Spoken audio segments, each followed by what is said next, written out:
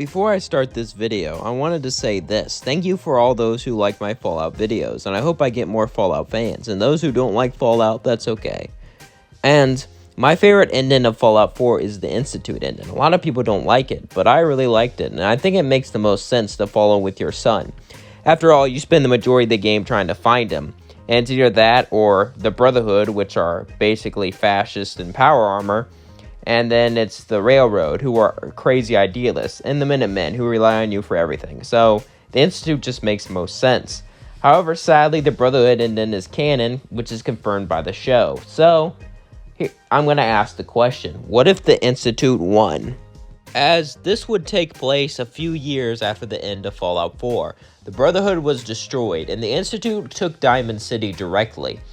However, as the Penguin was destroyed, it was a reminder for the Institute that even though they were smart and even though they won, there were others out there who wanted to destroy them. And even though they won, the Brotherhood would be back. After all, they were still alive in Washington, D.C. The lone survivor had an idea, however, that they would talk to everyone in the Institute about expanding. You see, the Institute takes over Diamond City at the end of Fallout 4, so it wouldn't be too crazy for them to start setting up settlements similar to the Minutemen, but have it not just be relied on you and actually have some security measures. The lone survivor would call everyone up and say they wanted to completely take over the Commonwealth for the Institute. They can build themselves their own country, their own nation, and everyone in the Institute would have all the power. They would be like an autocracy that rules from below. They would ensure their safety and the safety of mankind. This would cause an outroar. Many in the Institute didn't want to do this. After all, they were comfortable living down below. However, many others would see the need for this. After all, it's been a few years since they controlled Diamond City, and this gave them many resources. So why not do the same to other settlements? Why not take over Bunker Hill? Why not take over farms? Why not just take it all over and control the Commonwealth? After all, that's what the Brotherhood did, and that's what made them so strong. If they did the same thing, they could have the same strength, plus the strength they already have. As they all started bickering, the lone survivor would eventually be able to convince them to agree to this project. Now, there's many different ways this could go, but this is my opinion on how it would go.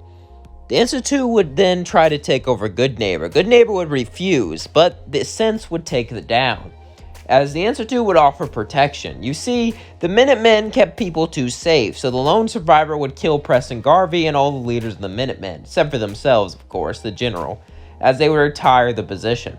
This would cause the Minutemen to collapse, and the Institute would offer towns and farms safety if they joined them.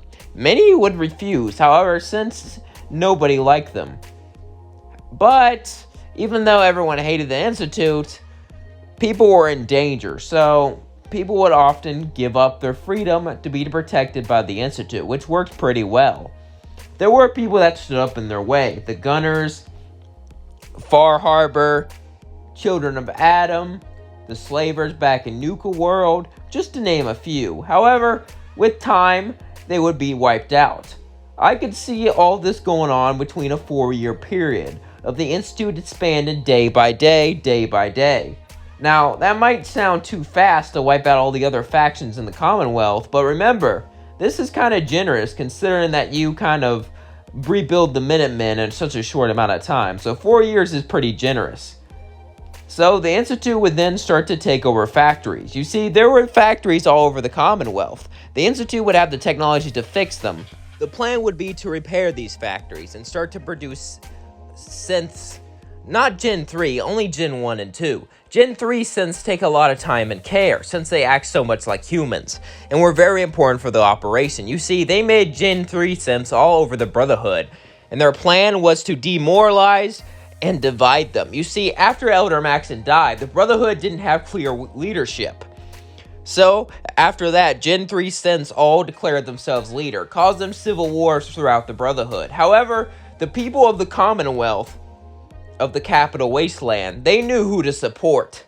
They knew who were there for them from the beginning. so they supported the original federal government. Since the Brotherhood took over the river and saved capital DC, they became their own country, and the rebels were eventually wiped out. However, lots of food, resources, and people were destroyed in these wars, making it so the Brotherhood could never invade the Institute, at least not for a long time. However, the Institute could invade the Brotherhood. With these factories, they started to mass produce these synths. They knew the Brotherhood was stronger than them one-on-one. However, it doesn't matter if you have power armor if you're outnumbered 9-1, as Mr. House would say. As the synths were being built, Liberty Prime would eventually be put back online. Now, they would need a fusion core reactor. However, it's not like it would be impossible to find. True, it's not like they're on every street corner, but since they controlled the entire Commonwealth and could have agents all over America at this point with their size and power, I believe they would eventually find another one. And with that, they'll be able to put Liberty Prime online and have them be able to move. Their plan was simple. They would have an army of 1,000 synths and 100 coursers, led by the lone survivor, who would push into the capital wasteland and burn everything to the ground, wiping out Brotherhood HQ.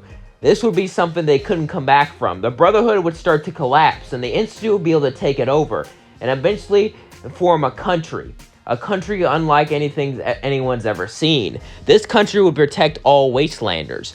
True, the Institute would experiment on them and conduct their activities. However, wastelanders would be much safer and happier than getting killed by a Deathclaw. So, the plan was set. The lone survivor would lead an army of synths with Liberty Prime. However, that's not to say the Brotherhood didn't see it coming. The Brotherhood knew what was going to happen, so they prepared a defense force. The Brotherhood only had one chance of survival though, guerrilla warfare. Their plan was to make a bunch of tiny armies. They could never make an army big enough to destroy the Institute one. After all, the Brotherhood could just start mass recruitment of the population, but there's Gen 3 synths, so they could just turn on and shoot them, which would never be a good idea. So the only way for the Brotherhood to win is if they did guerrilla attacks, making a bunch of small armies. Each one would charge in from the side at different points in times. Most of them would be destroyed.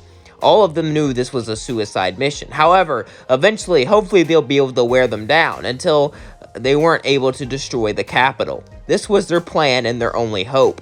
They even had air support. However, the Institute was able to make anti-air support. Considering that the Institute is one of the most technologically advanced factions in the game, I'm sure they'll be able to figure out how to shoot down vertibirds effectively. So, the Brotherhood were forced to fighting on the ground.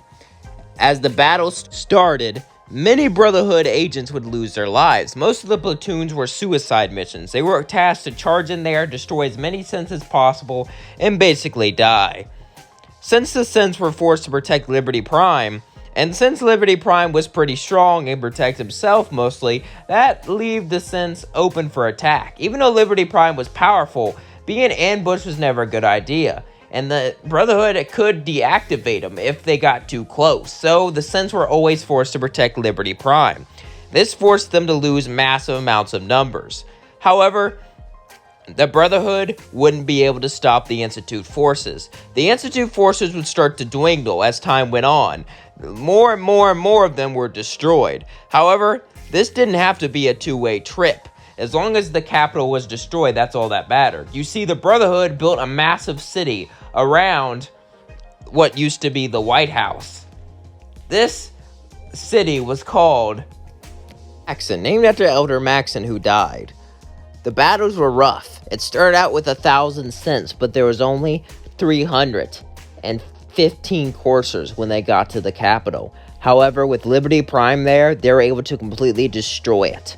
And with the capital city destroyed, most of the morale was gone. After all, a lot of the citizens didn't really believe in the Brotherhood cause. Don't get me wrong, there were radicals, but most of the radicals died on suicide missions and got their capital destroyed. After that, the Institute ordered lots of their civilians to go off on the colonization campaign, running into the Brotherhood nation. This destroyed the Brotherhood because, well, with their capital gone and majority of their forces gone, and Institute synthesizers all around their country, they couldn't do anything. They were forced to run away. The Brotherhood then left the East Coast entirely to their own devices. As they went back to the West Coast, the Brotherhood were completely kicked off, and the Institute Nation was declared. Many of the Institute weren't on board with this at first, but seeing their Brotherhood gone permanently, and seeing all the new resources and things at their hand, many Institutors viewed Wastelanders as second-class citizens. They were the true citizens, and Wastelanders were simply like pets to protect. Now, it was more complicated than that, but that's the most simplest term I can explain it. As the Institute were the rulers of the wasteland, they brought order and stability to it, but they also brought authority, and freedom was stripped away. Freedom for security, similar to the Legion, except, well, you're not enslaved. It's like the Legion, but you're treated better. You're just experimented on from time to time. So yeah, I guess better. The Institute brought order to the wasteland, as the lone survivor was the hero of the Institute, and eventually hero to many, but enemy to many more. And that is where we're gonna leave things off. I hope you all enjoyed that video. Don't forget to like, comment, and subscribe, and share it with all your friends. It truly means the world to me. I love you all. And yeah, what do you think would happen if the Institute won? Considering that the Fallout TV show has a Penguin, the Institute are lost, and the Minutemen or Brotherhood did win. However, the Brotherhood probably took over the Wasteland and the Commonwealth, considering that they're Bethesda's favorite. That's why I kind of hope Bethesda doesn't put the Brotherhood in Fallout 5, because the Brotherhood's been in way too many damn games. I think you can all agree on that. However, if they put them in New York, the Brotherhood's going to have to be in Fallout 5. Hopefully they won't be able to completely take it over, though. The one place the Brotherhood can't take over. Anyway, if you want me to make a video about how Fallout 5 should be, let me know in the comments below. Peace out. Love you all.